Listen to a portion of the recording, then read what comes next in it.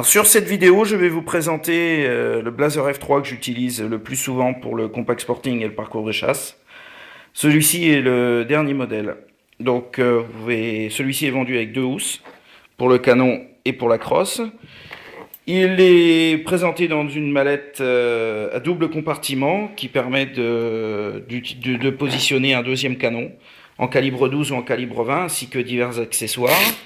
Donc comme ici par exemple la boîte à choc, hein, avec les divers chocs qu'on peut trouver pour l'arme.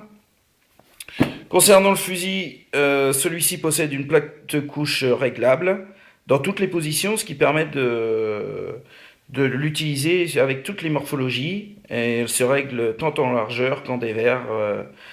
Tous les réglages sont possibles et en plus il y a un système d'amortissement avec deux ressorts. Dedans, il y a bien évidemment la tige filetée avec les maslottes. On peut monter jusqu'à 3, voire 4, mais bon, ça ne paraît pas utile. Tout dépend de la longueur du canon utilisé. C'est le nouveau modèle de maslotte qui est beaucoup plus léger que sur les modèles originaux.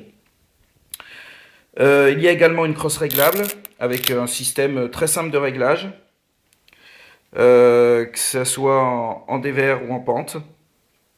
Bon, le bois, qui est de bonne qualité sur ce modèle, comme vous pouvez le constater.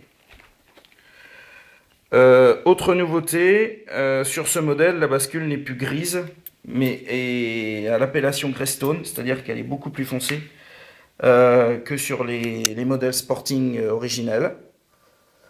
Autre particularité avec les modèles originels, vous avez la bascule qui est numérotée, ce qu'il n'y a pas sur les premiers modèles. Autre particularité, il y a le sélecteur qui est totalement différent, puisque sur les premiers modèles, le sélecteur se pousse en avant ou se tire en arrière, alors qu'ici, c'est un système droite-gauche. Donc beaucoup plus pratique à utiliser et plus simple, plus rapide.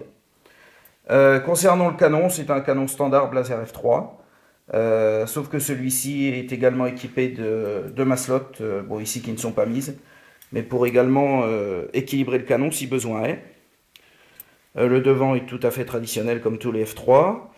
Et concernant les chocs utilisés ici sont des braillets oxyde 2 en extérieur.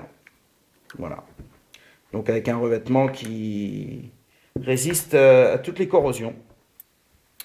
Voilà, je vous montre une petite vue de l'ensemble de l'arme.